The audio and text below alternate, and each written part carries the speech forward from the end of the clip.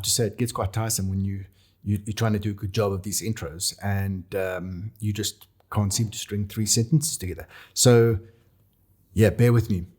Hello, beautiful people. It's Quentin from the Hunters of Light. We've got another creative showcase during Women's Month. This time it's with Tarryn Hatchett. She's a photographer, director, and part-time mermaid, and she's based in South Africa. She's a diehard cinema fan with a background in acting and art direction. And today, Tarryn is going to take us through a collection of portraits of people and places, deeply inspired by her love for cinema.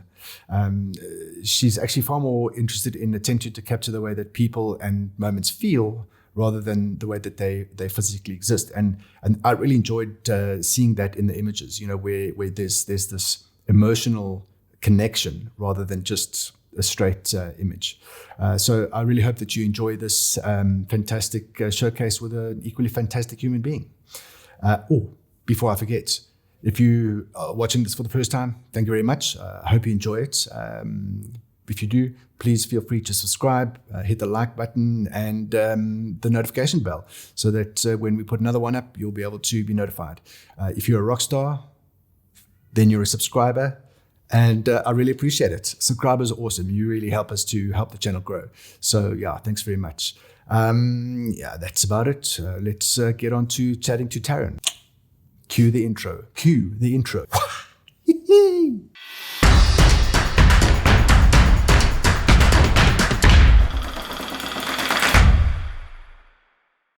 All right.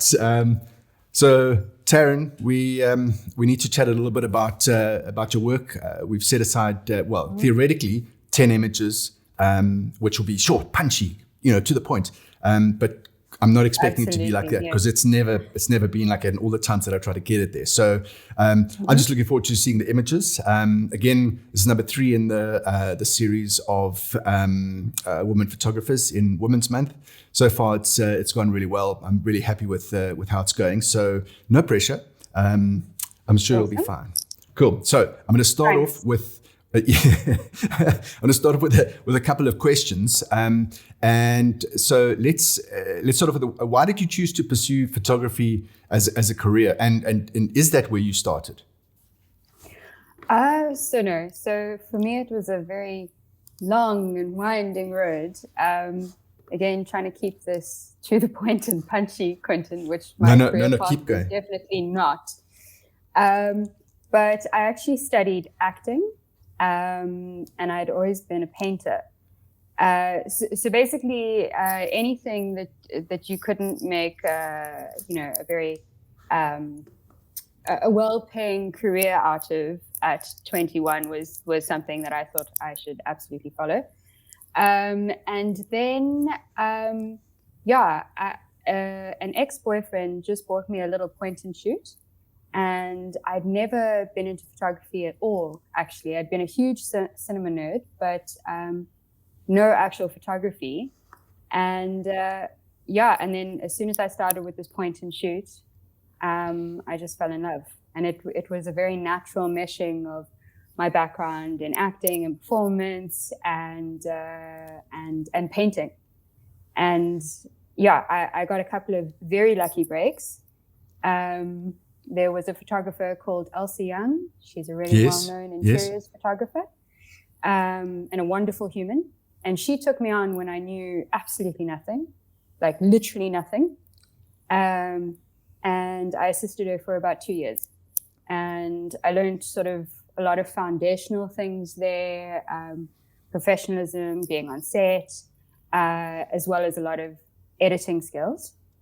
And then I just did a lot of YouTube tutorials and calling in a lot of favors with friends who taught me and helped me. I have a history of being friends with a lot of directors, which is also handy when you're going into photography. So and then I just taught myself from there. And as I say, I got a few very lucky breaks from some very kind people while I was still learning. Yeah.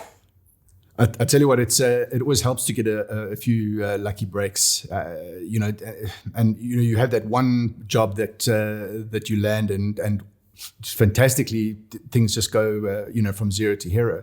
Because what is it they say? There's that cliche of, instant success that took 10 years, Yes, that kind of story. I just had some very kind people offering me a chance when maybe all intellect would have pointed them in the other direction. And then obviously making mistakes along the way, and the more mistakes you make, then you learn. Yeah. And getting quite comfortable with making mistakes as well was something that I had to learn. And I think it's helped my work grow a lot. Very cool. And I'm pretty sure that your parents are happy that you're in a career now that doesn't involve you, staying with them until you're 45 and that sort of thing. I mean, in theory, but no. I think they are very relieved. There was a lot of studying of philosophy and English literature and acting, and I think there was a lot of panic. There was, oh my goodness, what are we going to do with it? Crazy. But touch this giant wooden table that I'm sitting next to. It's going okay. Very cool. I know that it might be a concern for me because once the kids are out there, they need to stay out. Go and you've studied now, you've chosen, do your thing. Right. The next question is, do you have a favorite lens, and why is that your favorite lens?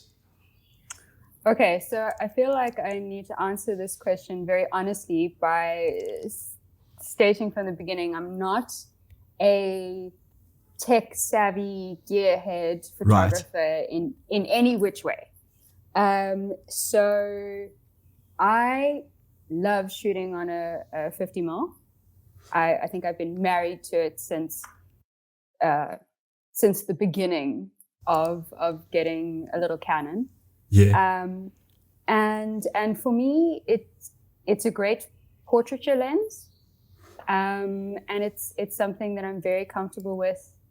And I can't remember who, but a very wise human once said to me, just start with a 50 mil lens, get something that's semi-decent, whatever you can afford, and don't let the excuse of not being able to afford very expensive gear get in the way of you shooting great images.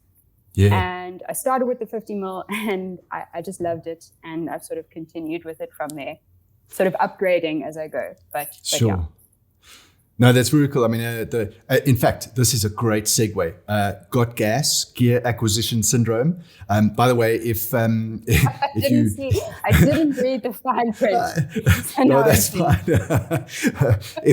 If you're watching the Hunters of Light for the first time, you maybe haven't been to the website. We've got a website that you can, get some cool T-shirts on. One of them being Got Gas. I mean, I suppose a lot of people get stuck into that, I need this camera to be able to produce these shots and this lens and et cetera, et cetera. But at the end of the day, you've just got to start. You can't have it as a stumbling block that sort of holds you back and you don't produce anything because you feel you don't have the right gear for it.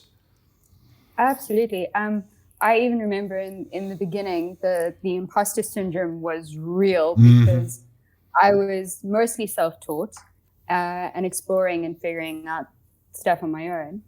And I went to a conference, or conference is the wrong word.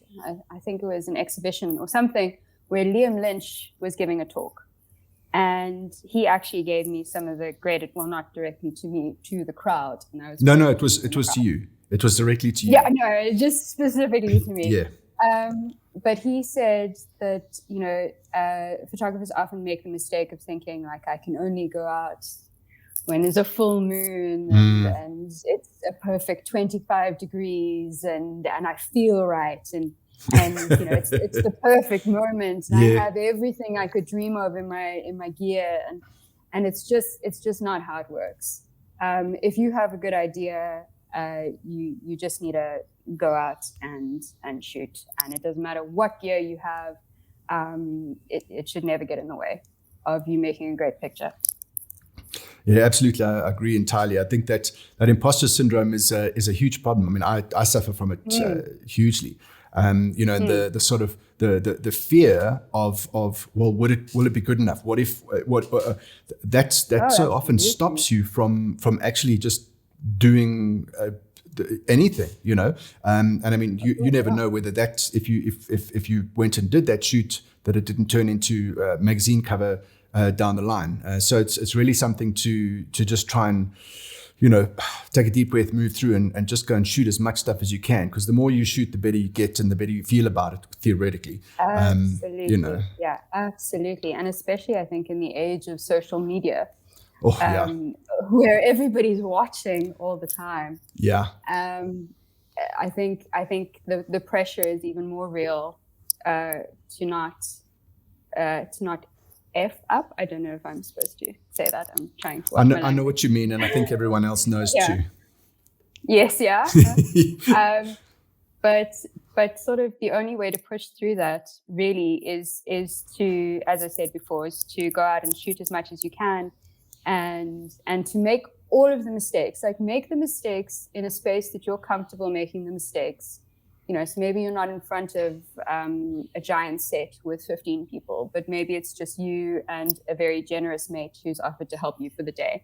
Yeah. And go and try things, and if they don't work, then or if somebody has to explain something technical to you, you're in a comfortable space to do those things, and there's no pressure. But yeah, the imposter syndrome is real, and I think it's something that a lot of young creators or older creators deal with mostly on a daily basis. Yeah. Exactly. Okay, so you've said you're not technical, or the sort of gear, not a gearhead. Do you edit your own images, or do you have an editor? Yeah, no. I strictly edit my own images. Great. I have had shoots where there has been a professional retoucher. But for me, it's half of the process. Absolutely, it's, if I shoot something and I know where I'm going to take it, and it's going to end up there, and I only get to do half the work, it feels like I'm giving a half-finished painting to someone. Exactly. So I love editing my own images and curating my own images. It's a huge part of the process for me. Yeah, exactly. I've always said that, if I'm shooting something, I'm kind of, I know that I've got just enough in the highlights to hold it there, and there's a bit of something here. Now I know decisions I'm making are in. I know what the end result's going to be, and what if I push that too far, it's going to stuff it up. So absolutely, I know that maintaining control over that is quite important. But I suppose on bigger commercial jobs and with agencies, they might want to take that whole process on. So it's I suppose a shoot by shoot case. Yes, absolutely. It is a luxury to be able to edit my own images, and sometimes when you're working with a client, that's not possible. But whenever I have the choice, I always do. Okay, very cool. Last question. Tell me about this photographer director mermaid. Where does the mermaid come in? Oh gosh. Okay. That's a question I was definitely less prepared for. So I suppose it comes out of not taking myself terrifically seriously as well, but the mermaid refers to being like a human that loves to be out in nature, and maybe a human who's a little bit dreamy and a little bit ridiculous in equal parts. Okay. Along those lines, yeah. Very cool. Yeah, I thought I saw that on your Instagram profile, and I thought, well, that's an interesting. I think I should definitely need to ask that one. I don't put it on my LinkedIn, but yeah. Okay, cool. So that's all the theory out of the way. I think we should check out some of your images and cool. See what's inside your head and the stories that are behind them. So this is the first image that I've selected for the showcase, which is a portrait that I have a lot of love for. I'm a human that's deeply, deeply, deeply critical of my own work, to the point where I get in my own way. But this is a portrait that I can genuinely say I have a lot of love for. It's with a model called Inky. And this is from a shoot that I think is a good example of how I love to work, which is literally just me with the model. And it's a very intuitive and spontaneous, makes me sound very hippy dippy, but that is how I love to shoot. Like shoe, man. It's cool. Thanks. but it is how I love to shoot. And what that does for me, and obviously you're not afforded this kind of shooting opportunity all the time, but it creates an intimacy. It opens up the model and the photographer to being quite vulnerable with one another and being able to capture those moments. And I think it sort of removes a lot of shields that models and performers might put up if they were on a set of many more humans. So it is a luxury, but I do love to shoot this way.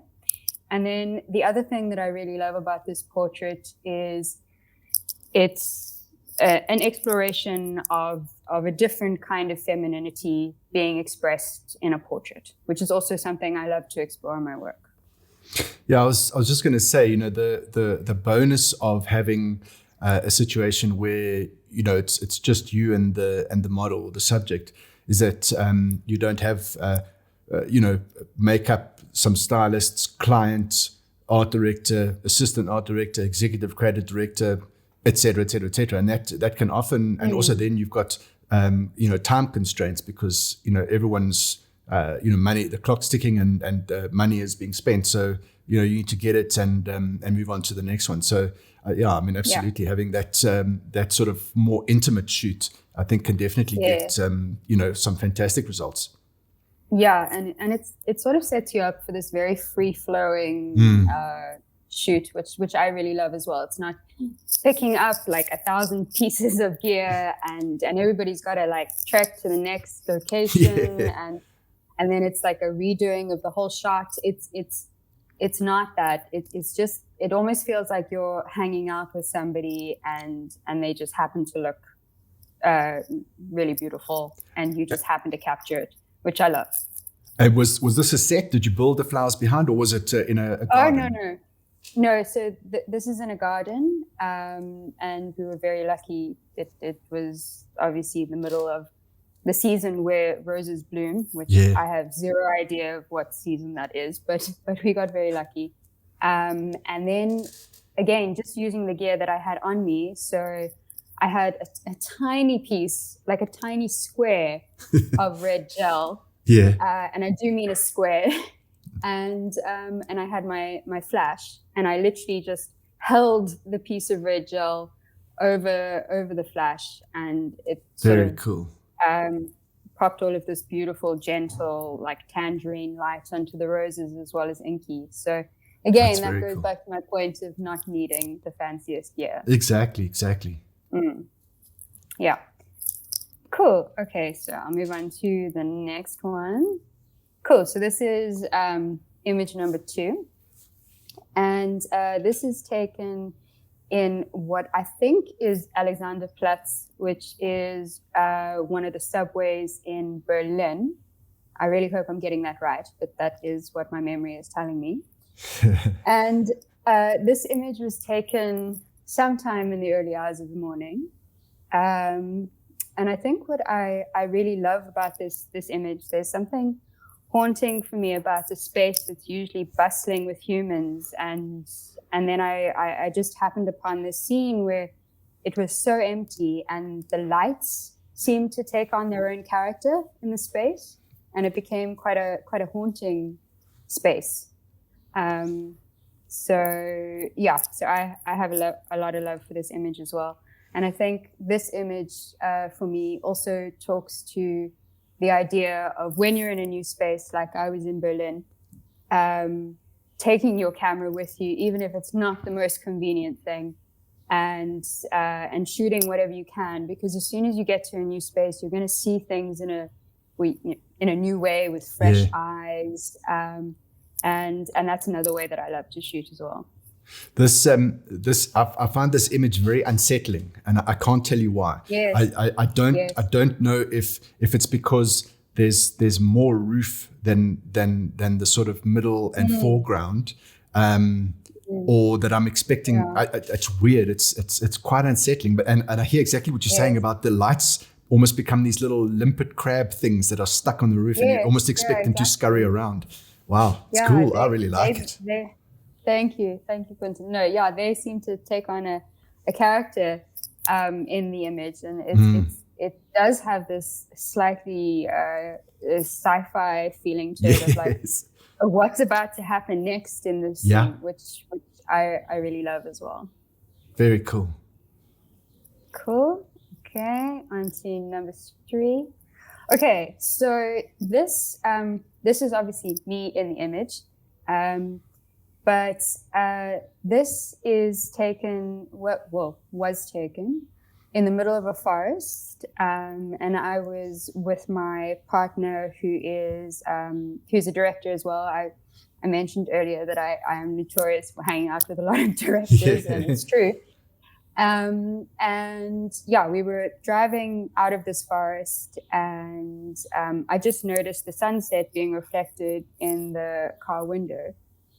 So my wonderfully obliging partner, and very creatively gifted partner as well, helped me out with this image, and we managed to craft it. And it's all done in camera, just the reflection on the window. And it's, for me, this speaks to capturing something that is real when you feel quite free, and you feel as horrifically cheesy as this may sound, but happy, and it's quite like it's a memory of a very happy moment for me. Yeah, I mean the word that comes to mind for me is nostalgia. Warm, happy, safe place kind of thing. Yes, exactly. I mean, it was sort of the last of the sun's rays on a summer afternoon, so it was. Yes, very nostalgic. I also love imagery that feels like it could relate to a piece of music. And for me, this feels like one of those. Cool. Next one. Okay, so this one is a portrait that I shot pretty recently. If anybody who's watching is from Joburg, I think everybody's very well acquainted with the cosmos that blooms. So this is in Delta Park, and I was doing a test with this lovely model whose name is Chloe Shepherd. And how I like to shoot tests, and tests is a lot of the ways that I learned and explored and messed up and sort of carved out a style for myself. But what I would do is I would shoot the portfolio images for a model that I knew an agency would love, and then I would add on like 5 images for myself. And that's how I managed to get really beautiful portraits with really beautiful people. As well. And there's something in this image that I really loved. It's the shadow and the light and how it feels. And this is going to sound very hippy dippy, but it feels a little bit for me like we're getting a glimpse into her dream. Right. It sounds funny, but for me that's what it feels like. And obviously I've done a double exposure of flower textures over Chloe's face and body. So it feels like she's part of the earth, and flowers are blossoming, and Chloe's blossoming, and something along those lines. Nice. No, I like it. Awesome. Okay. And then this one is probably one of my favorite portraits that I've ever taken. This is of a friend of mine who is also a very, very brilliant artist. His name is Nakane. And this was for an album cover. Again, this is one of my very favorite kinds of projects to shoot, which is working with a musician or working with an artist to carve out a visual identity for a body of work. So Nakane and I have shot together, I don't know, I have like hard drives full of portraits of Nakane. And this way of shooting, again, was very contained. So this was in my old flat in London, and I'd literally set up a backdrop, and we had a little bit of red wine, and there was like Patti Smith playing on vinyl, and we just managed to find this together one afternoon, and it ended up being the album cover for an album that I really love. And if you haven't checked it out, you really should, because it's very worth your time. Very beautiful piece. Very cool. Yeah, it sounds like your work is very collaborative. Absolutely, just everyone that's involved is working towards making it what it is. Yeah, absolutely. I think also having a background in performance or in acting. Yeah. I know how much it makes a difference with getting a good performance from somebody if you work with them and you make them an included piece of the puzzle in finding a performance, rather than forcing somebody into something, or pushing them into a space and maybe they're not comfortable in. But it's rather being able to have that open channel of communication between photographer and model or subject or whatever you want to call it, so that you can find something that's vulnerable and that both parties are happy with and feel well represented in. That's very important to me.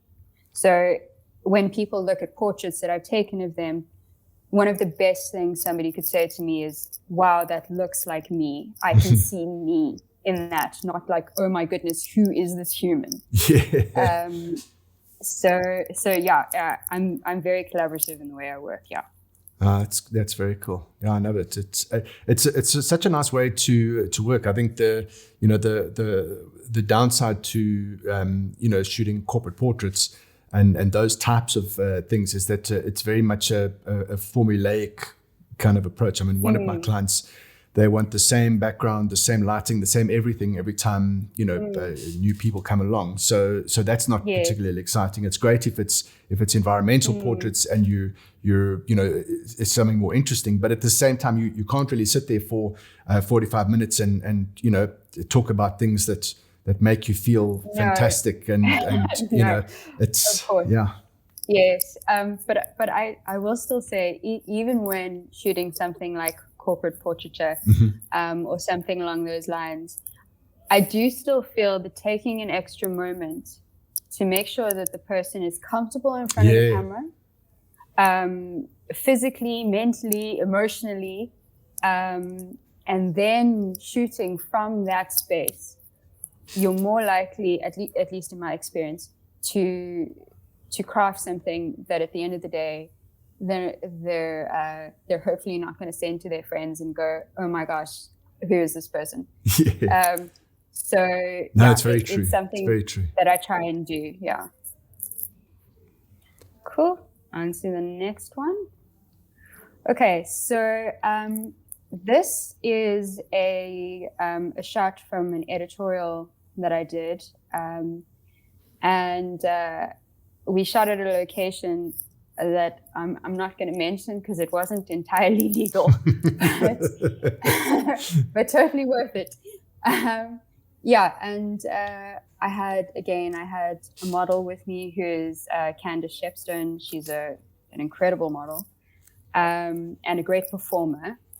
And we shot very beautiful sort of, how do I say, a swimwear shoot, but with a much darker edge. And we found this moment where she was leaning back to sort of wet her hair, to have that sort of slicked back look. And as she did it, I just spotted this moment of something that looked like it was from a horror film. Yeah. And I think I just watched the film It Follows before I did the shoot, which I loved. And yeah, as soon as I saw this moment, I thought, no, I have to have that. That's probably one of the most interesting moments I could take from the shoot. Yeah, and I love that there's like beauty and femininity, but then there's something that makes you ask a question further. There's a story to it. Right. There's a feeling to it as well. Yeah, absolutely. Why is this happening? What's going on here? You know? Yeah. Yeah. And I think it does have that slightly unsettling feeling as well, which is great, because in a world of sort of very disposable content, if you can sit with an image for just an extra beat and go, what's happening here? Then I feel like an artist is on the right track. Yeah. Love it. Cool. And then, so this one is of the same model that I started with. This is with the model Inky. Yeah. And once again, this is using that very free-flowing, spontaneous, intuitive way of shooting. And we were just walking down a road, and we happened upon this plant that caught my eye as something that looked very alien. And then I married that with this performance from Inky, which was something that feels in between. So it doesn't feel totally posed. It feels like maybe she was moving between one pose to another pose. And in between, I managed to grab this moment where she's sort of looking at the viewer, asking them a question or challenging the viewer in some way. And I think this ties in again to the idea of you can go out onto a suburban street, literally, and you can have a 50mm lens, and you can have one other human with you. And if you take enough time and you're paying enough attention, you might happen upon some shots that you end up really liking. I really like that that thought process. I think one of the things that's challenged me with the people that I've spoken to this month, because it's been a lot of fashion, beauty type shoots, which I'm not that familiar with as far as my work goes. So it's a different way of working, which as I say, it's challenging me because I look at it and I'm going, but it throws up a lot of questions and but what about this? But what about this? Which is great. I really appreciate it. It's showing me a completely different side to the way that people can approach photography, which is very, very cool. Yeah. And everybody's got their own process that works for them. And it's also, I think, about trying out different ways of shooting and modes of shooting so that you can, at least for me, try and define what's important to you. So for me, it's vulnerability, it's self-expression, it's tenderness and a little bit of sort of dreaming. It's not all based on reality. It's how does something make you feel rather than a documentation of the physical. So those things are very important to me. But I only found that by shooting, and then yes, constant themes come up, and you start to discover what's important to you. So these are my non-negotiables in a portrait, and then some of the other stuff. When you're working with clients, has to be a little bit negotiable. Yes. But these are the things that I need to come through in my work for me to feel good about it. And I think that's something that's come up in all the time that we've been doing it. So over 500 days now since the start of lockdown. Every time that I've spoken to someone, the thought of having the importance of a personal project has been a thread that's been that's run throughout, because your commercial stuff is one thing, But the personal projects could lead to you shooting more of what you want to shoot because it's a personal project and you're doing it for yourself, etc. But it also, you because you don't have a fixed agenda or a fixed outcome, you don't know where it's going to go. It could go left, right, up, down, whatever. And that's a fantastic space to be in. Because you're really just defining what's important to you, as you mentioned. Absolutely, and it allows you to be a lot more explorative. You're not caged into the constraints of satisfying a client, which is obviously very important when you're doing a commercial shoot. Yeah. But doing the personal shoots and saying, this is what I like to shoot, this is what I'm interested in, this is what I'm maybe even good at. When you put that work out there, people, if you are good at it, fingers crossed, people generally respond to it well and go, oh wow, I'll get this person for weird sci-fi plant and human portraiture in the next shoot that comes up, or whatever it is. But yeah, the importance of personal projects, it's basically everything my career has been based on. Is using them to learn and using them to explore in a comfortable space. Oh, that's awesome. That's very cool. Cool. Next one. Okay. So this one was actually a moment that I was on a road trip with my mom, which I would highly recommend to anyone that can do that. You should do it. I'm very lucky. My mom is like a wildly goofy, wonderful human. So she's a great road tripping partner. But we found ourselves in this cabin that we were staying in on the beach. And it had sort of all this dark mahogany wood interior and this amber light. And I thought it may be an opportunity for something that's like a little Wong Kar-wai inspired little moment. And once again, using a loved one as an obliging assistant in this moment. And she snapped this, what is essentially a self-portrait with the help of my mom. And again, it's taking a camera when you travel, even if it's not the most convenient thing, but you are going to see things with fresh and excited eyes, and everything's new. And I love it. I can certainly see, the like an emotional connection. There's something that's, you're not sure of whether it's positive or negative, but there's a lot going on there for me. I really enjoy it. Yeah. Oh, awesome.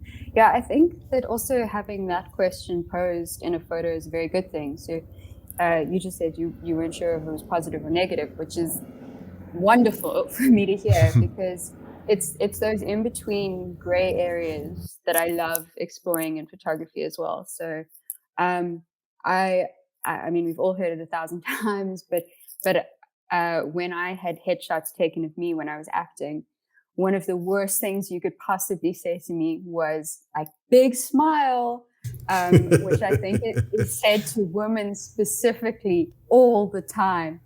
And for me, that's great if that's your thing and it works for you. But for me, it's quite obvious. And I think exploring something that is maybe a more layered emotion is something that excites me. No, absolutely. I think that the ability to take that extra time and I suppose peel back those layers of expected poses and expected looks to find something that's that's not obviously there is fantastic. Yes, exactly. Yeah. Okay, and then next one. Okay, so this is Nekane again. As I mentioned, I have hard drives full of portraits of Nekane. And this is a portrait that I really love. So I shot this a couple of years ago when I was awarded, or I don't know, a recipient of, I don't know how to say it in a way, it doesn't sound totally terrible, but I was one of the Adobe Rising Star photographers, I think in 2017. And we had to shoot projects for it. And I asked Nekane if we would be able to go out and shoot a couple of portraits. So we did. And this one, I really loved sort of the juxtaposition or the tension that's created between these beautiful, just after sunset, cotton candy clouds and the electricity of the garments that he's wearing. And that sort of tension that's created, visual tension in the image, is something that I love a lot as well. So I feel like I should also mention with this one, this is the designer, Richard Mnisi, who's also the most fabulous human alive. And there's something quite like Bowie-esque about this outfit. Yeah. And then the defiance on Nekane's face is something that, for me, like really makes you stop for a moment and really holds you. And again, it's marrying all of those maybe seemingly unrelated elements and marrying them all together to make for something that is a little bit more interesting. No, absolutely, and it's with that combination of things that you're obviously going to go to it and look at it and see what you see out of it. But you could almost, if you looked at this without having an explanation about it, it could be those clouds almost form a bit of angelic wings behind yes, him. So again, absolutely. you can take so many things out of it, and the look on his face could be one of sort of the sort of bliss of a memory, or there's a lot of things that you can take out of it. Absolutely, and I think especially in this portrait, is this character good? Is there something ominous in the image as well? It's not obvious the moment you look at it, which is something I aim for. Maybe don't always achieve, but it is something that I aim for. No, it's very cool. Cool. And then I think we're nearly at the end. Yeah, so this is the last image that I've included. And this is from a fashion shoot that I did, I think 3 years ago. This is for a designer called Sheila Madge, who did this beautiful ethereal bridal collection, actually. And I worked with a stylist, Kai Boshoff, and a makeup artist, Olio Mary, who are both wildly talented humans. And again, working in a very collaborative way. So Kai saying this is what they want to do, and Oli putting forward ideas as well, and then me saying I want to capture something that's about connection and vulnerability and freedom of expression and the rejection of traditional norms of dress as well. And then all of us finding a space where we feel well represented, as well as the models feeling well represented in a moment. And I think there's a lot of tenderness and breath in this image as well, which I really like. Yeah, I would definitely say tenderness is is definitely something that comes across quite strongly there. And Quentin, that is them. That is it. That is the 10 images that are Tarryn Hatchett. Yes, end of list. Underline. Right, done. No, that was very cool. I appreciate the going through those images. And as I say, the one thing that I've found with the Women's Month speakers is definitely challenging me, because I if there's a genre that you don't physically shoot yourself, and aren't familiar with, you look at it and you go, and you judge it by the frameworks and the standards that you have for what you shoot. And Yes, for me, absolutely. this one is it's a difficult one for me to get my head around. So I appreciate you, kind of giving me a mental hard time with it. A mental hard time. Yeah, it's tough. I'm struggling to. No, it's fantastic. Those for me are the kind of discussions that I enjoy. It's a little bit more challenging than just seeing. That's cool. Next. So for that, I really appreciate it. And I suppose this is also a good segue to say that if you are a subscriber in the Hunters of Light YouTube channel, I really appreciate you. See what I did there? It's pretty good. If you haven't subscribed yet and you're watching for the first time, please consider subscribing. Hit the notification bell, like the clip. It's the way that the channel grows. And at the end of the day, the more people we have, the wider we can spread the mission of the Hunters of Light, which is to educate, motivate, and inspire. So, Tarryn, thank you. It was really cool to chat to you. I'll take a leaf out of your book. It's been fantastic to spend this time with a beautiful human who's just, it was great to chat to you. Really appreciate it, and I hope that in a couple of months' time we can do it again. Awesome, Quentin. No, this was fun for me, and thank you for making space for all of the hippy-dippy ramblings that pour out of my brain. So this is fun. Thanks. No, I loved it. I enjoyed every minute. So thank you. Awesome.